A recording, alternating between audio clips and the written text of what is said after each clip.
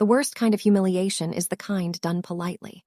That was the first thing I felt walking into my sister's wedding. Nobody stared openly inside the ballroom. People here smiled while judging you quietly. Crystal chandeliers reflected across marble floors while waiters carried champagne between tables filled with surgeons, investors, music, and wealthy families pretending not to look at each other's watches and wedding rings. Beside me, Ethan adjusted his cufflinks again. Third time in 5 minutes, even he was nervous. "You can still leave," he said quietly. Before I could answer, Noah pulled at my sleeve dramatically. "Mom," he whispered, "I can't breathe in this thing anymore." Music, I looked down at his tiny bow tie and laughed despite myself. "You promised to survive one wedding. You promised chocolate cake." Fair point. For a few seconds, I forgot where I was. Then I looked toward the stage and saw Sophia. My sister stood near the center of the ballroom in a fitted white gown while guests surrounded her with cameras and champagne glasses. 11 years vanished instantly. Her eyes moved across the room casually, then stopped on me. The smile disappeared from her face, not slowly, immediately. Music, my chest tightened hard enough to hurt. Old memories hit fast. Rain soaking through my clothes, a suitcase beside my feet, my father locking the front door behind me. Sophia recovered first. Of course she did. Her smile returned carefully as nearby guests started noticing the tension. "Well," she said lightly, loud enough for people nearby to hear, "this is surprising." Nobody spoke. She walked closer slowly, her heels clicking against the marble floor. "I honestly didn't think you'd come." Then her eyes moved over my dress, my shoes, music, Ethan, Noah. That small, fake smile returned again. "I wasn't even sure you'd feel comfortable at a wedding like this." There it was, the real attack, soft voice, sharp knife. I felt Noah's small hand wrap around my fingers. The old version of me would have left immediately just to survive the embarrassment. But I didn't survive 11 years to run again. Ethan stepped beside me calmly. "We were invited," he said. Sophia's expression tightened slightly. Before she could answer, approached us with confusion written across his face. His eyes landed on mine, then paused, like he recognized something but couldn't place it yet. "Sorry," he said slowly. "Have we met before?" For the first time that night, Sophia's smile started cracking. Sophia answered before I could. "I doubt it," she said quickly, too quickly. Her hand slid around Daniel's arm possessively while her smile tightened again. "Music, my sister moved away years ago. We haven't really kept in touch." Sister. The word sounded strange coming from her mouth, like she suddenly remembered I existed because the room was watching. Daniel looked between us carefully. "You never told me your sister was in Boston." "Music, I didn't know she still lived there," Sophia replied smoothly. "Lie, another one, I saw it immediately in the way her fingers tightened around her champagne glass." Ethan noticed, too. His jaw flexed once before he looked away. Sophia turned back toward me with that same polished smile. "So," she said sweetly, "what do you do now?" There it was, the setup, not curiosity, a trap. Because whatever answer I gave, Shep planned to control the story afterward. I knew that look. I'd watched her do it my entire childhood. My father stepped closer beside her before I could answer. "Ava always struggled sticking with things," he said casually, like we were discussing the weather, not my life. The shame hit so fast my chest tightened before I could stop it. Suddenly I was 19 again, standing in our kitchen while my college acceptance letter sat unopened on the counter. "Music," Sophia smiling, my father telling Meduition was too expensive right now. Music, then 3 months later, Sophia driving a brand new Mercedes to campus. "Music," Daniel frowned slightly. "You said your sister dropped out." "I did," my mother answered sharply before anyone else could speak. "She left school after one semester and disappeared." Noah looked up at me immediately.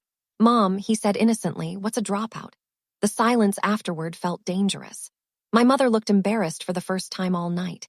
Ethan crouched beside Noah calmly. "It means somebody quit something," he explained carefully. Noah looked confused. "But Mom doesn't quit things." My throat tightened instantly. Sophia laughed nervously. Kids say funny things, but Daniel wasn't looking at Noah anymore. He was looking at me, really looking now, like he was starting to realize everyone in the room was telling completely different versions of the same story.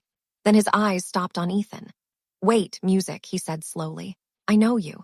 Ethan's expression changed slightly. And for the first time that night, Sophia looked genuinely afraid.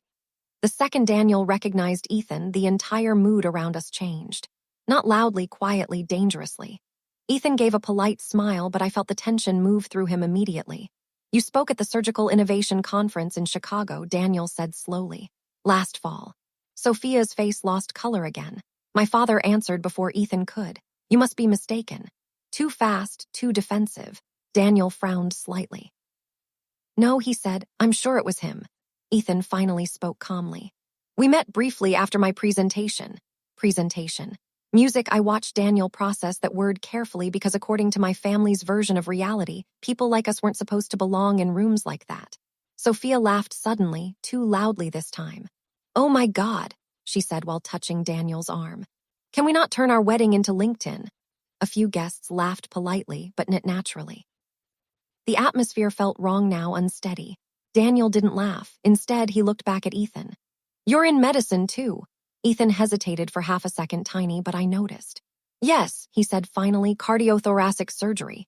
The silence afterward felt heavier than before. My mother physically stiffened because she understood exactly what that meant. A surgeon, not just successful, respected. Sophia recovered quickly again. Wow, she said lightly, that's impressive. But her smile looked strained now. Then she turned toward me. You really should have told us all this sooner. Music. There it was again, the rewrite. Like I had hidden my life from them, like they hadn't thrown me out with 2 garbage bags and a bus ticket. I felt my breathing tighten unexpectedly. Ethan's hand brushed lightly against my back, grounding me. Music, Daniel noticed. His eyes moved between all of us carefully now, watching reactions, measuring contradictions. Then one of Sophia's bridesmaids walked over holding her phone. Sophia, she whispered nervously, the seating issue. Sophia grabbed the phone quickly. Too quickly. For a second, the screen faced me, and I saw my name, table 42, near the kitchen doors, furthest table in the ballroom, not a mistake. Intentional. A slow heat spread through my chest, not embarrassment this time, understanding.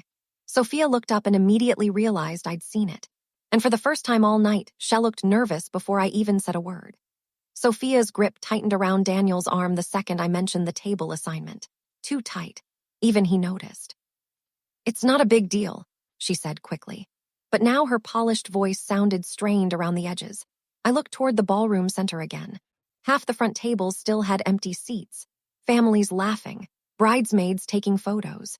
Meanwhile, my family had placed me beside the swinging kitchen doors like an unwanted extra.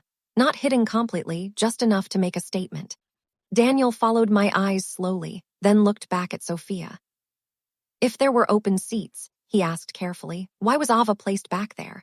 Music, nobody answered immediately. My mother stepped in first. She left this family a long time ago, she said quietly. Things are complicated.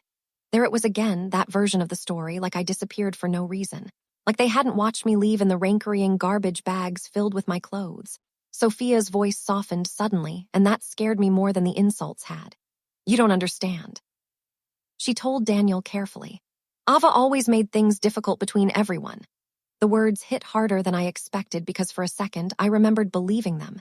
Years music ago, before I realized families could choose who gets protected and who gets blamed. Noah looked up at me quietly.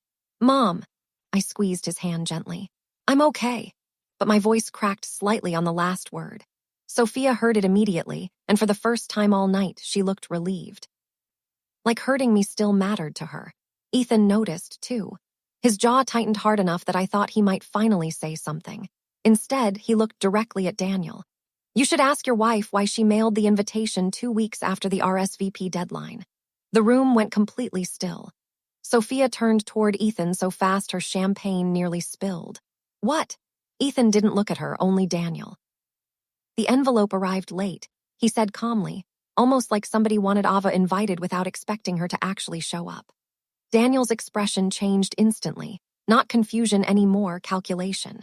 Sophia laughed nervously. That's ridiculous, music, but nobody laughed with her because suddenly the seating chart felt different now, not careless, planned. And for the first time that night, Daniel slowly let go of Sophia's hand. Music, Daniel slowly pulled his hand away from Sophia's.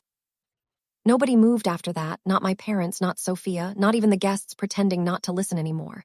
Sophia looked at Daniel desperately. She's leaving things out, she said quickly. You don't know what she was like back then. Back then, like I was some mistake the family survived. Daniel's eyes stayed on her. What exactly did she do? Sophia opened her mouth. Nothing came out.